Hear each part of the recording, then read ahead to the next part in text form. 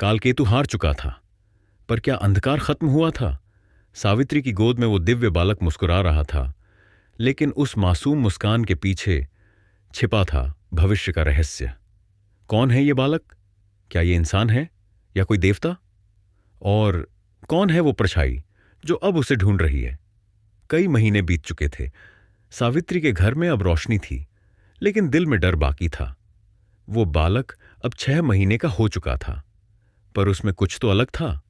वह बिना सीखे बोलने की कोशिश करता, उसकी आंखें रात में चमकतीं, और उसके रोने से हवा का रुख बदल जाता।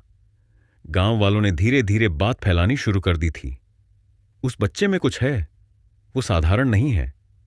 कहीं वो राक्षसी संतान तो नहीं, या फिर कोई अवतार? कुछ लोग उसे छूने से डरते थे, तो कुछ पूजा करने लगे। एक रात सावित्री गहरी नींद में थी। अचानक बालक उठ बैठा।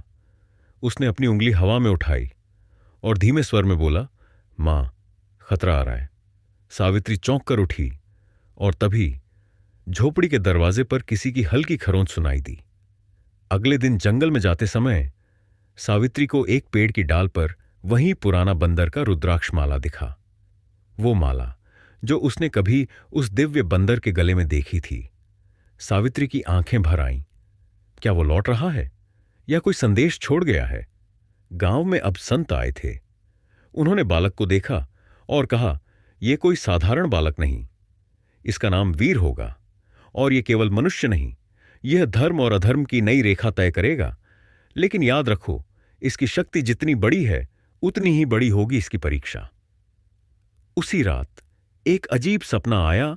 वीर एक जली हुई भूमि पर खड़ा था। उसके सामने एक नया राक्षस, जिसकी आंखों से लावा बह रहा था, और उस राक्षस ने कहा, तेरे पिता को मैंने खत्म नहीं कर पाया, अब तेरी बारी है वीर। वीर ने अपनी मासूम सी आंखें खोलीं और मुस्कुराया, जैसे उसे पता हो अब युद्ध शुरू होने वाला है। देखिए शाइन टेल्स। YT पर सब्सक्राइब करें और बेल आइकन जरूर दबाएं।